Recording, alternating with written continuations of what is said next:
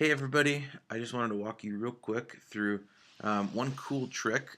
For one, if you're doing local businesses, they're doing a lot of lead gen, you have to be trying lead forms. They're in many scenarios super cheap and incredibly cost effective because it's just a far smoother user experience. Keeps them on Facebook, keeps the form right there. So I'm going to walk you through setting one up and then also the retargeting audience for that. So here's an ad that I had set up. I'm going to duplicate it just so you can see exactly what's going on here.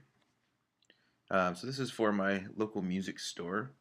We're doing advertising a free discovery lesson, which pretty much just means they can come in and it's like a free first lesson, but you call it discovery lesson, saying, we know that it's not going to work. So my targeting quick is I go 40 miles. People will travel further for music lessons. I'm excluding anybody that signed up already in the past as long as I can. You could do email list as well. I just don't like managing that, so whatever. Yes, there are tools you can make to automatically update that. I keep age range wide because no specific reason, just because it's local. And could there be somebody that fits these other demographics that's older or younger than I think? Sure. So I go ahead and keep that open. And then I'm just targeting really parents and moms of younger kids. Specifically, that's who we're going after for this one. High school kids, parents of high school kids. It's not going to be um, as attractive to have. Hey, see, don't your kid has been saying, I want lessons, I want to play piano, I want to play drum set. Come see if they're even committed. That's not going to be as conducive for high school as it is for preschool, grade school, younger kids. And so then I'm excluding some lower income brackets, not discriminatory, just in general.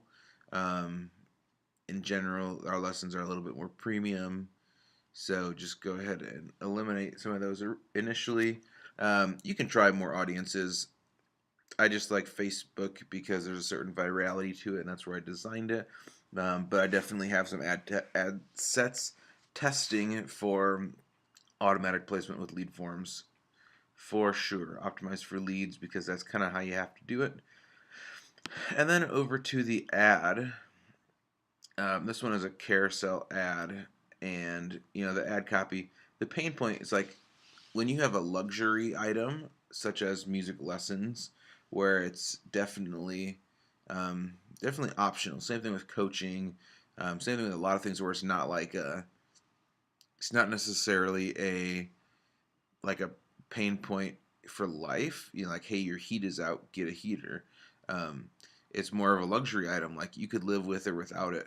You still have to find some pain point or some tension in there to be able to highlight. So in this case, and then you have to position your product in a way that solves that pain point. So in this scenario, it's the pain of hearing your kids say, hey, I want to play guitar, I want to play drum set, I want to play piano, I want to play whatever.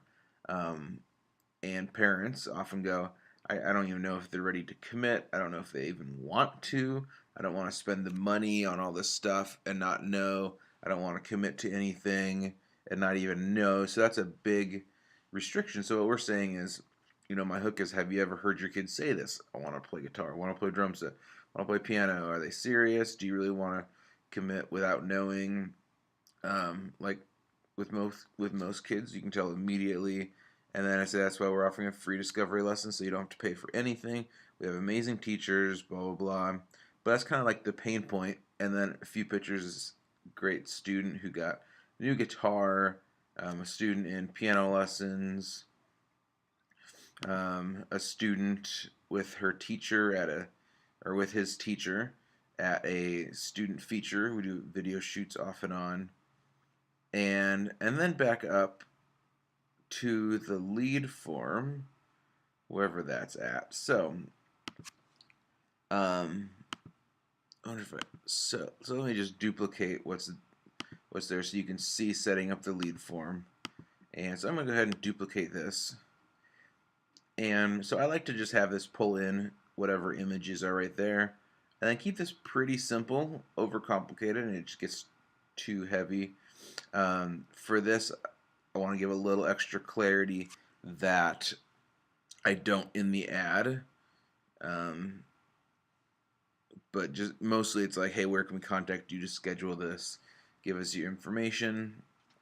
The nice thing is it pulls in all their stuff automatically.